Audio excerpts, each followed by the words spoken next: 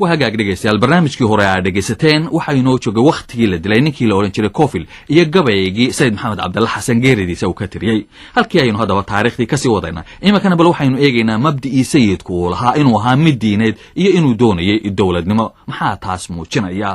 waa tahay waxaan mar kale hadaba idinku celinayaa aw jaamac Umar Ciise oo arintaasi bal inoo ifiya marka balgabayadii uu dalka hadda markaa kula hadlayay oo ay lagu mariyay aan wax ka soo qaado waa kuwii wadaniga ahaa ee uu markaa ku sheegayay maaragtay muxuu ahaayay in dawladnimona ka muuqanayso ku dheeraan maayo waxaan ka soo qabanayaa geeraargu kula hadlayay culamada wuxuu yidhi doodna waxaan u leeyahay culamada dafaarka waana idma doocina idinkaygu diimaye dalkaad ibiiseen baa dacarta igu kiciyay waa markay culamadu ku kaceen oo wax ka sheegeen oo yidhaahdeen ninka kanu meeluu wuxu wado ma naqaan doodna waxaan u leeyahay culamada dafaarka waran idinma doocina idinkaygu diimaye dalkaad ibiseen baa dacarta igu kiciyaye shan haloo idin daran dannigiin ka fiirsada mar waa inaad dayowdeen diirad haddaydin qabateen dadka aydin raacdeen isna weydin degagubi dilaalkii la siiyena dafna kama helaysaan ninkii idin daraabaana ajri iyo ducuu heli dibna deeqa ay eebbahay debinta saari maysaan diin niman lahayni dabeer caynsan weeye war maxaa dufulayow cadawo ugu daranteen wanka doosha weyn iyo madagadaa u xilatiin qandiga ma iska duubtaan dawarsigu ma fiicne awyaalow ma diideen jihaadka ma u dareertaan danan iyo seef degta maa ku qaadaan darmaan haad laqooqdiyo doolaab maa u fuushaan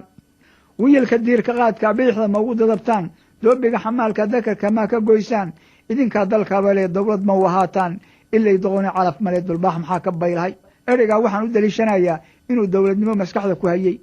idinkaa dalkaba le dawlad ma u ahaataan ilay doqoni calaf male dulbaax maxaa ka baylahay mabdiisa wixii muujinayey mar kaleeto kolkii uu samray waayadii dambeeto xaalkiisii uu soo noqday maaragtay gabaabsi wuxuu yidhi haddaan waayey calan layna shiro haddaan waayey calan layna shiro tan iyo nairobi miyaan waayey naamuus janniyo daalac iyo naasil haddaan waayey ciidoo naqleh iyo ina nugaal daaqo miyaan waayey neefaan xarbada naalla ugu fuulo haddaan waayey ruux iga naxa oo ii nasabo jeegta miyaan waayey naxariis alliyo nebiga jaahiisi marka ereygaa hore oo ah haddaan waayey calan layna shiro tan iyo nairobi miyaan waayey naamuus janniyo daalac iyo naasil waxay ku tusaysaa inuu hawe ka qabay maaragtay tan iyo nairobi inuu markaa gacan ku dhigo haddii haddaba sayidku uu dagaalkaasi kulul ee uu galay uu soomaalida ku guubaabinayay inay ingiriiska iska eriyaan dabcan guuldarrada ku dhacday halgankiisii waxaa gacan ku lahaa ama ka soo horjeeday dad soomaaliyeed maxay ku diidanaayeen maxayse doodood ahayd aw jaamac Umar Ciise aan idinku celiyo oo inoo soo qaada doodii raggii sayidka iyagu ka soo horjeeday gaar ahaan raggii gabayaaga ahaa ee murtida ku muujiyey doodooda dadka qaarkiis waxay u arkayaan sayid maxamed inuu ahaa haliyey wadaniya oo jihaad galay oo maaragtay muxuu ahaayey diinta iyo dalkaba wax u qabtay magaciisiina haddan weli taagan yahay oo ay weli maanka iyo maskaxda ku hayaan dadna waxay la ahayd ibliis la soo diray oo ummaddii laayey dadkii oo dhan kow ka dhigay xoolihii dhacay oo aan horey loo arag marka 4 gabay oo ay ku eedaynayaan sayidka ayaan halkan ka taataabanayaa mid waxaan ka soo qaadnay hobya midna waxaan ka soo qaadnay boosaaso midna waxaan ka soo qaadnay berbera midna waxaan ka soo qaadnay hawdka ciidda ee dhulbahantuhu dego bal 4taa gabay kan ugu horeeya berbera aan ugu horeysiino waa cali jaamac haabiil oo ay xinif sayidka lahaayeen cali jaamac wuxuu yidhi allahayow adduunyada adaa uuntay keligaaye allahayow arwaaxaba adaa qoray arsaaqoode allahayow addoommuhu aday ku irkanayaane allahayow islaamkuma aduu ku acbudayaaye allahayow albaabada adaa ooda oo fura'e allahayow ma awdo xaqaad soo iftimisaaye allahayow aduunba u arxama kii itaal darane allahayow adaan ee xoqoon eedna aan geline allahayow awoodtaada yaa loo aqoonsadaye nin kaloo itaal ma jiro adiga mooyaane allahayow middii uur leh iyo tii irmaan dumarka allahayow umulihii nin dilay ubad jaqsiinayey allahayow agoon iyo miskiin aadanaha liita allahayow nimaan odayda iyo habarka oolaynin allahayow min aabi iyo kibir mu'min ku idleeyey allahayow ilaahnimo ninkaan kugu addeecaynin allahayow ibliiska u eg oo aanu garan weynay allahayow mid oogada jirka aad insiga moodo allahayow misana aan ahayn awliyana sheegtay allahayow ninkaa ku ankiree diiday amarkaaga allahayow nin aayadaha iyo diinta ku adeegta allahayow misana aanu odhan siday ahaayeenba allahayow aqoon laawaha eydu daba joogto allahayow adigu waad og tahay waadna aragtaaye allahayow arooryo iyo goor alliyo leylba allahayow ibliiska khalqigu ka ashkatoonaayo allahayow hanagu eegin ku ergaan nahaye allahayow addoomaanu nahay diinta aaminaye allahayow baryada naga ajiib ku ergaan nahaye waxaan u leexanayaa markaa nin la odhan jiray cali maxamuud samantar oo gobolkaa ku noolaa magaalada boosaaso gabay u mariyey sayidkaa u yeeray baa la yidhi wuxuu yidhi i imow xoolaan ku siinayaado waa nin aada loo taxgeliyo ayuu ahaa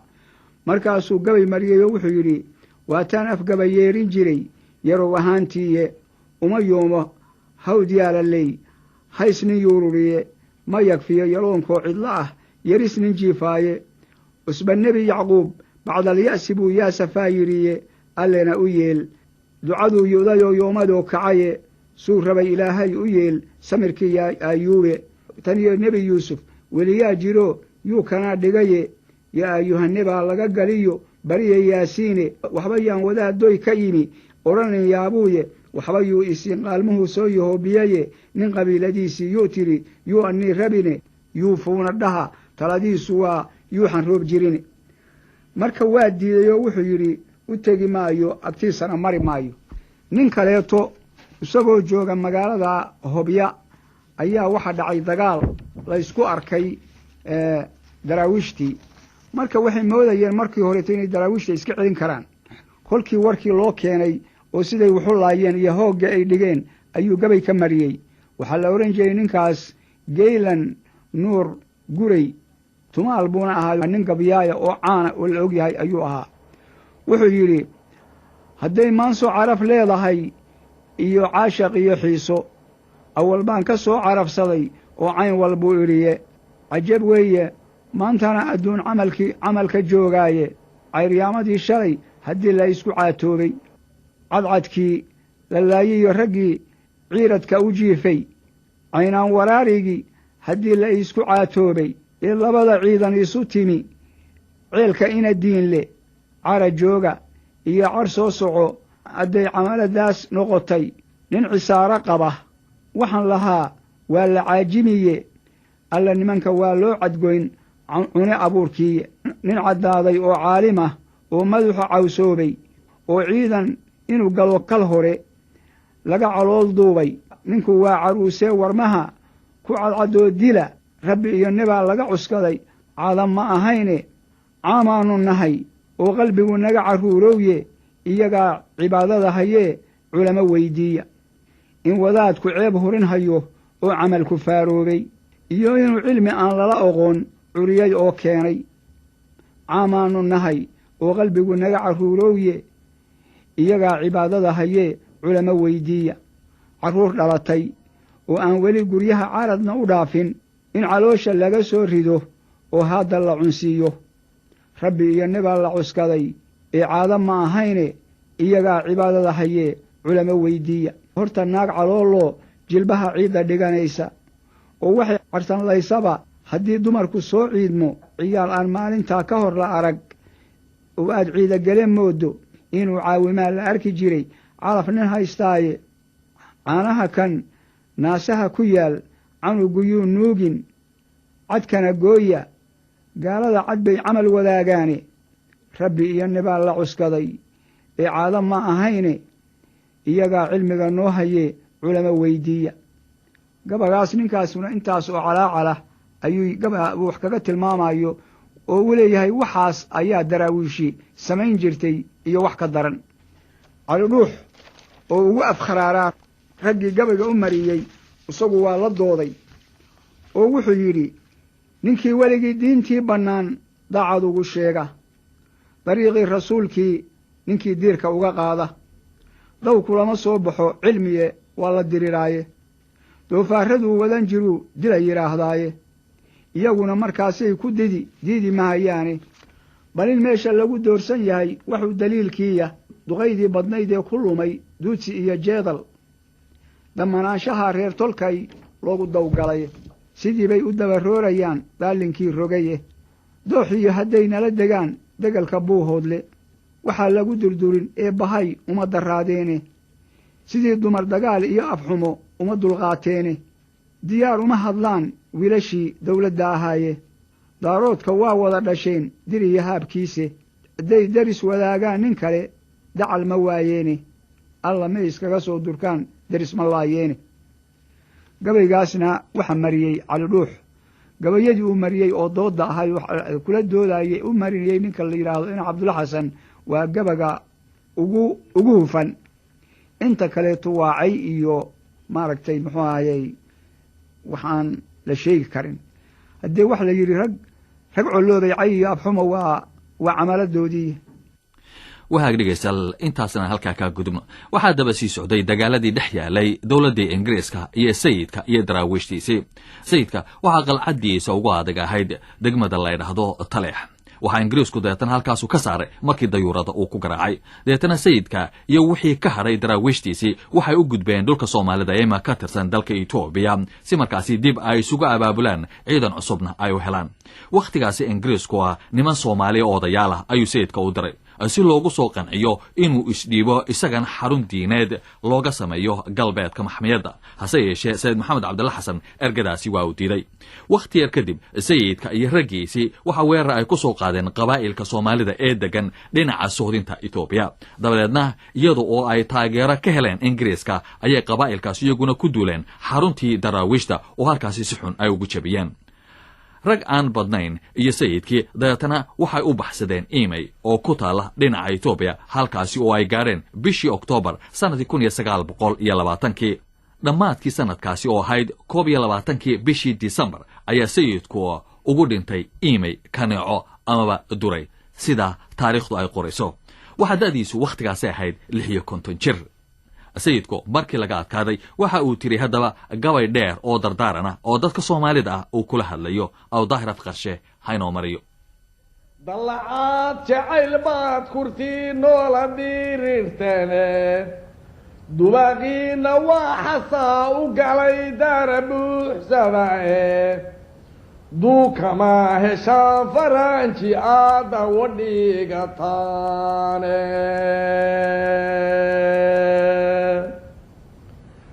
dabin buu idin qoolayaa waydin daagayaaye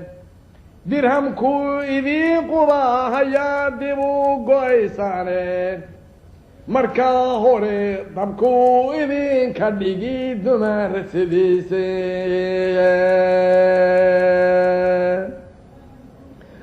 markaa xigaana daabaqaada wuu idin dareensiine markaa xigaa dalkuu idinku odhan dunyo dhaafsadae